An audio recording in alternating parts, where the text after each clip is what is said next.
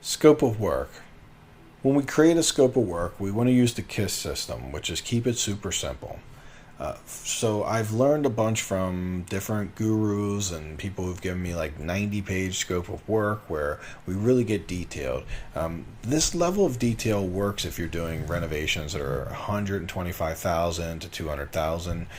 You will get a higher end contractor at that price point that it can understand blueprints and large scopes of work.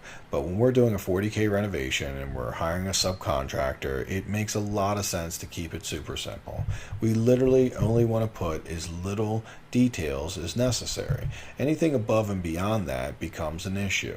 One of the techniques I've used recently, instead of doing a handwritten scope of work, since I don't like to write, my contractors don't like to read, and if it's too much it goes over their head, is I'll do a walkthrough and say everything I need done with a video on my phone, and take that video and upload it to YouTube and just send them the link.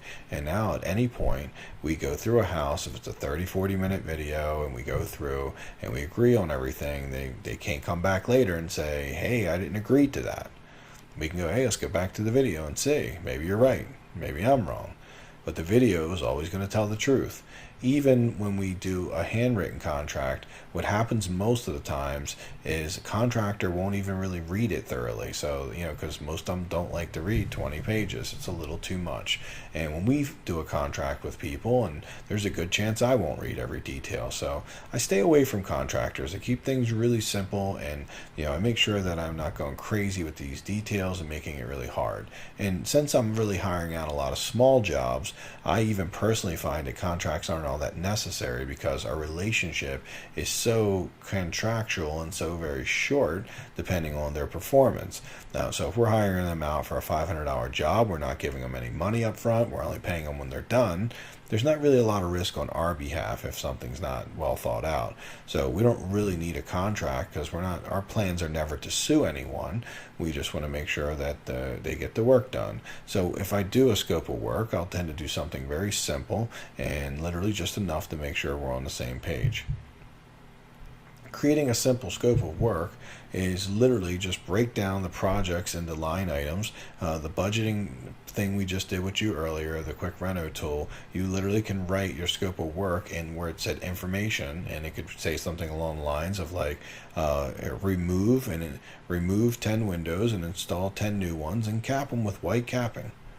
There's your scope of work for the windows. I mean, you can keep it that simple.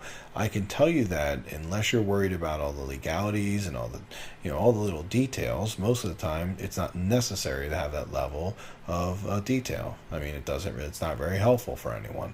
So this is up to you whether you want to or you don't want to. I personally have found the path of least resistance, and that's doing a video or doing a very, very to the point, quick written out budget where it lets them know everything they need to do. So create reasonable time frames to get each task complete. So in our scope of work, it's important to define the work you're doing first. Secondarily, the time frame they're going to do it is pretty important. So we always want to make sure that we can know when to expect work to be done.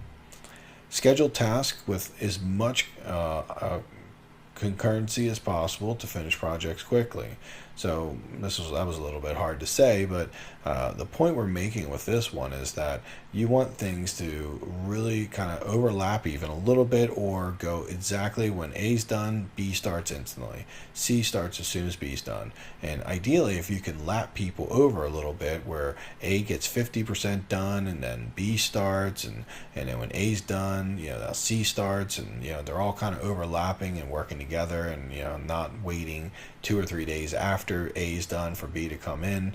Well, that can make a schedule go really long, and honestly, this big part of what we're coming back to, though, is that we want that to be in the contract. We want that to be in our scope of work, just so they have an understanding of how long we're expecting this to take. Also, so we can use it as a tool when we schedule and make sure that we're scheduling people properly.